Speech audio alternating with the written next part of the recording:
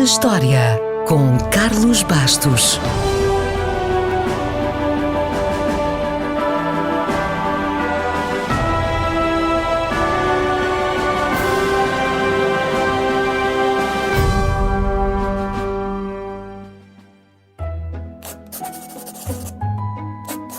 Foi por estes dias, em 1866, que Edson P. Clarke registrou a sua patente de um lápis. E os lápis, tal como os conhecemos, nasceram. É verdade que os nossos antepassados terão usado canas afiadas para fazerem marcas em placas de argila, mas isso não conta. Provavelmente, o lápis pré-histórico, aquele que riscava efetivamente, terá sido um bocado de carvão ou a ponta queimada de um ramo. No fundo, o princípio é mesmo esse, só que ainda não estava refinado. O verdadeiro antepassado do lápis talvez seja o seu equivalente romano, o stylus, que consistia numa tira fina de chumbo revestida normalmente com madeira para evitar que os dedos se sujassem. O chumbo foi utilizado pelo menos até ao século XVI, altura em que foi descoberta em Inglaterra uma jazida de um material que servia muito melhor, a grafite.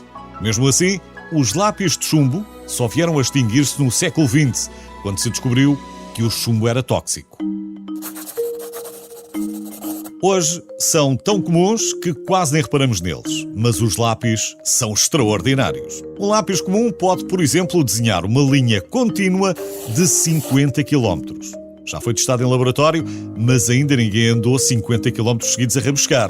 O Guinness está à espera, pode tentar a sua sorte. Dito de outra maneira, o lápis comum pode escrever o equivalente a cerca de 50 mil palavras, ou se preferir, meio romance. Ora, sabendo que Ernest Hemingway ou John Steinbeck, entre outros, usaram lápis para escrever os seus romances, isso quer dizer que devem ter precisado de pelo menos 2 lápis para escreverem um livro inteiro. Curiosamente, a borracha na ponta do lápis apareceu logo em meados do século XIX, mal tinha começado a produção em série. O Sr. Lippmann viu o potencial da borracha e foi o responsável por essa inovação. É bom recordar que antes da borracha se usava o miolo do pão para apagar letras, números ou desenhos. O Sr. Lippmann pensou que a borracha era muito melhor e pensou bem. Para além disso, as pessoas perdiam muitas borrachas, ou às vezes não estavam logo ali à mão. Mas se a borracha estivesse colada ao lápis, o problema estava resolvido. A ideia foi tão boa que ainda hoje a usamos. Claro que não a usamos em todos os modelos, porque, afinal, há lápis para todos os gostos. Em média, todos os anos, são produzidos 15 mil milhões de lápis. Portanto, 2 lápis para cada ser humano.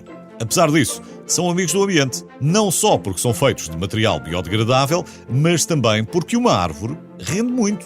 Uma árvore média pode produzir 300 mil lápis. Ou seja, se cada aluno em Portugal usasse só um lápis por ano, meia dúzia de árvores resolveu o problema. Claro que, se juntar os lápis de cor, a média sobe. Já agora fica a saber que, se alinhasse os tais 15 mil milhões de lápis produzidos por ano, eles dariam a volta ao mundo 62 vezes. E já que estamos no espaço, segundo a lenda, durante o auge da corrida espacial, nos anos 60 do século passado, a NASA percebeu que as canetas que existiam não funcionavam em gravidade zero. Então os americanos gastaram anos e milhões de dólares para desenvolverem uma esferográfica que funcionasse no espaço. Por seu lado, os rivais soviéticos, com muito menos dinheiro, resolveram a questão de forma pragmática e entregaram, lá está, lápis aos seus astronautas. Há quem diga que esta história é um mito, e provavelmente é, mas não deixa de ser uma grande mensagem de simplicidade e economia. E um grande elogio ao modesto lápis.